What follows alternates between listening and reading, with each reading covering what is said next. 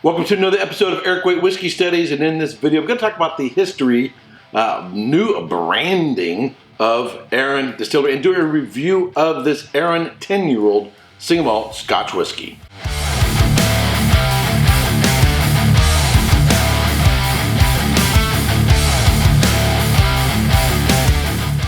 So the 10-year-old is probably the easiest whiskey to get currently right now from Arran. It's also gotten a lot of notoriety in the whiskey tuber community. And after this review, you're going to know why. But before I get into this, let me talk to you about the history and branding of Arran Distillery. Arran Distillery is located in Lacranza, Scotland, on the north end of the Isle of Arran. In 1994, Arran Distillers was founded by Harold Curry, former director of Chivas and a D-Day veteran, with the intention of building a distillery on Arran. During the construction of the distillery, a pair of golden eagles built their nest on a cliff near the distillery. Since golden eagles are a protected species, construction of the distillery was temporarily halted. In 1995, the first spirit ran through the spirit safe at 2:29 p.m. on the 29th of June 1995. The distillery, funded by private investors, and the sale of bonds was officially opened on August 17th. In 1997, the Visitor Center was opened on the 9th of August by Her Majesty the Queen, and 2 casks were presented to her for Prince William and Harry. These casks are still aging in Warehouse 1. In 1998, after 3 years of maturation, the first cask of Arran single malt Scotch whisky was opened on the 25th of July by Scottish film star Ewan McGregor. This was the first legal dram on Arran for over 160 years. In this year, the first 3-year-old Arran single malt was released. In 2006, the first officially commercially available Arran malt 10-year-old was released in the spring. It has undergone quite a few makeovers since the first bottlings. Bottled at 46% alcohol by volume, it is non-chill filtered and it remains at the heart of the Arran range.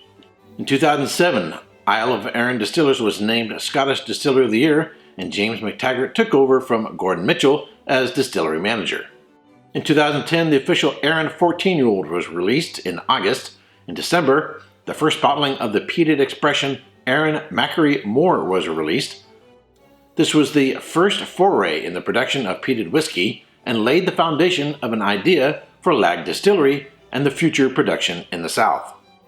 In 2016, the first ever core range 18-year-old was released in February.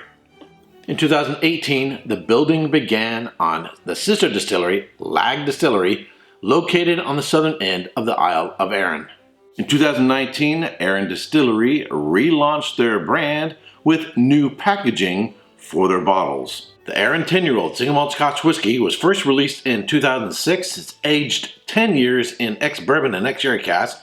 It is non-chill filtered, has natural color, it's bottled at 46% alcohol by volume, sells for an average of $65. It was awarded the best entry-level single malt and best single malt Scotch whisky in the 2021 Online Scotch Whisky Awards. So I'll put an image right here or here of one of the older bottles of Arran. And as you can see from the look of the bottle, it's not necessarily distinct from any other bottle out there, at least at the time in which they were released in the Scotch whisky industry. So when they changed their branding, changed the look of the bottles and the packaging, some might be tempted to think, because it sort of has a minimalist look to it, that, oh, they've changed their emphasis to being just on the quality of the spirit and not on the packaging.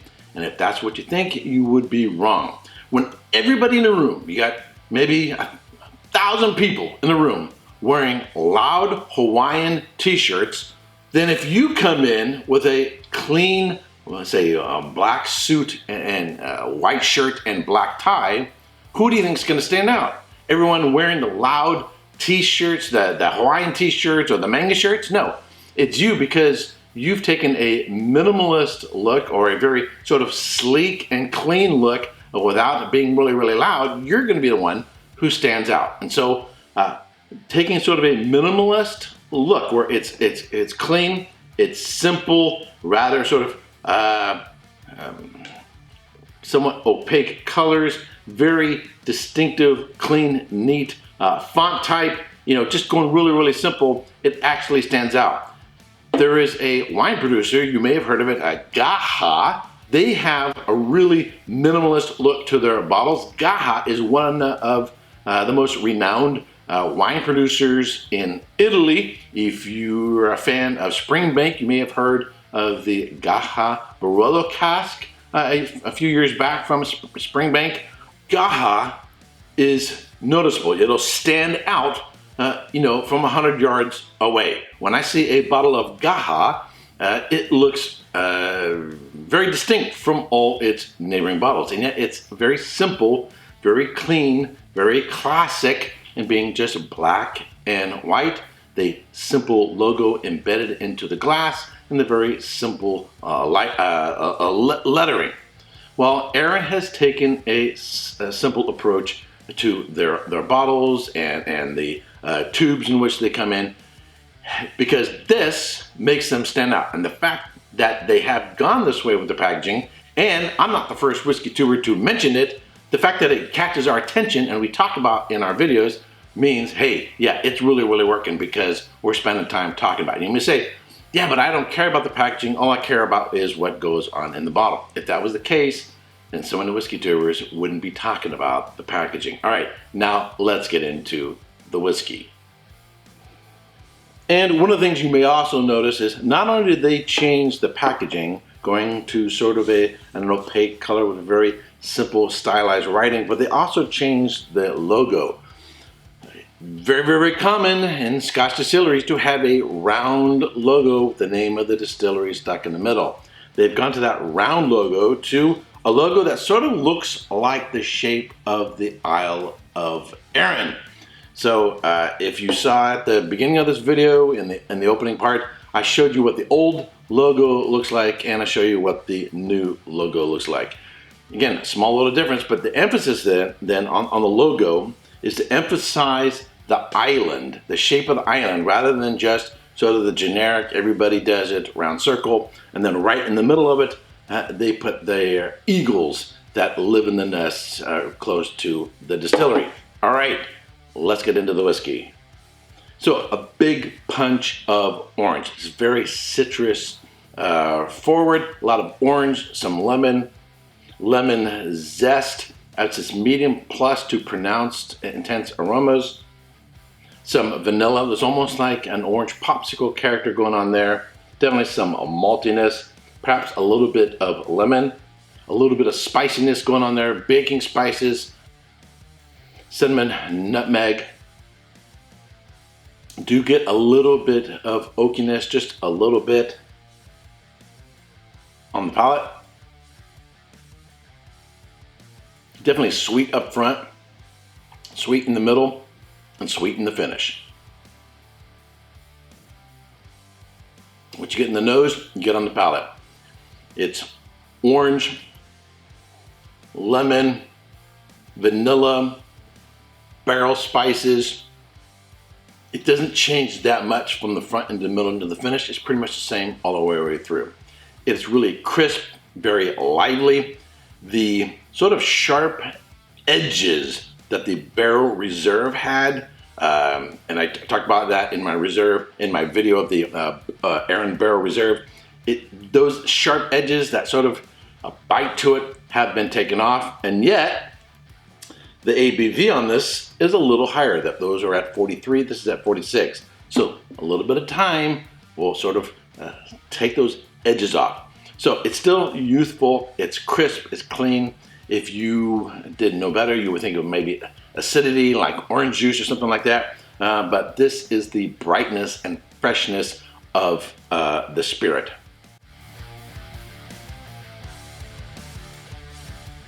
The finish is medium to medium plus. It's got a better finish than the Barrel Reserve. It's got more intense flavor than the Barrel Reserve. It got a nice follow through. This is a nice, so something I've been doing recently. I used to have dinner and then I would have a dram afterwards, sort of like a dessert.